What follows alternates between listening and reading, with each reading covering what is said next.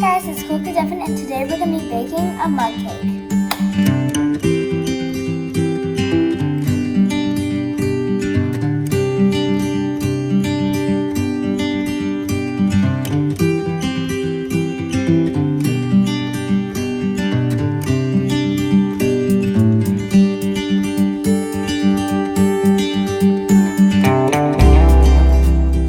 So the first thing that you need to do is add 1/4 of a cup plus 1.5 teaspoons of flour. So the next thing you're going to want to add once you've added the flour is 2 tablespoons of granulated sugar. So now you need 1/4 of a teaspoon of baking powder. Now once you've added all of that, you're going to need a dash of salt. So I'm just going to do that real quick. Okay, you need to stir up together. Okay, once you've added all of the dry ingredients, then you'll need to add 3 tablespoons of milk. So I'm going to do that right now. You need to melt 2 tablespoons of butter. So I'm going to do that right now.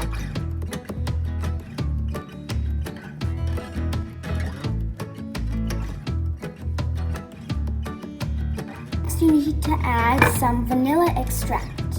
You need 1/2 teaspoon of that. So I'm gonna put that in right now, just real quick.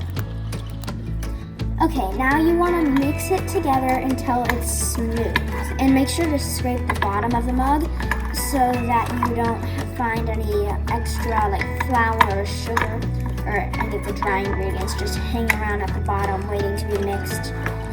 So once you've mixed it well enough until it's smooth, then you can add either sprinkles, or since I don't have sprinkles, I'm gonna add chocolate chips. And you can also add peanut butter chips or vanilla chips, but I'm gonna do chocolate chips because I think it tastes like a fluffy chocolate chip cookie.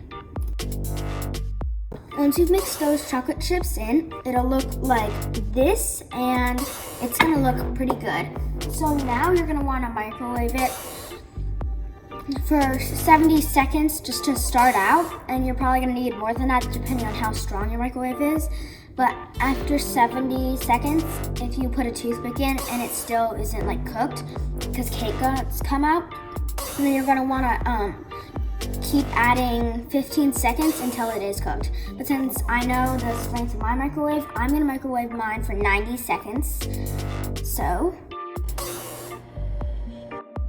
while it's cooking, I'm gonna clean up all of this. Once your cake is done cooking, you're also gonna want to let it wait in the microwave for 1 minute so that it cools down and it doesn't burn your face off.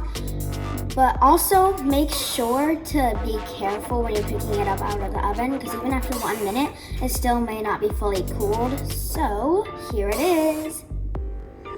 Okay, so it's done and it looks really good. So yeah, it takes less than 5 minutes, and it has not very much ingredients. So I highly recommend doing this. It's very fun and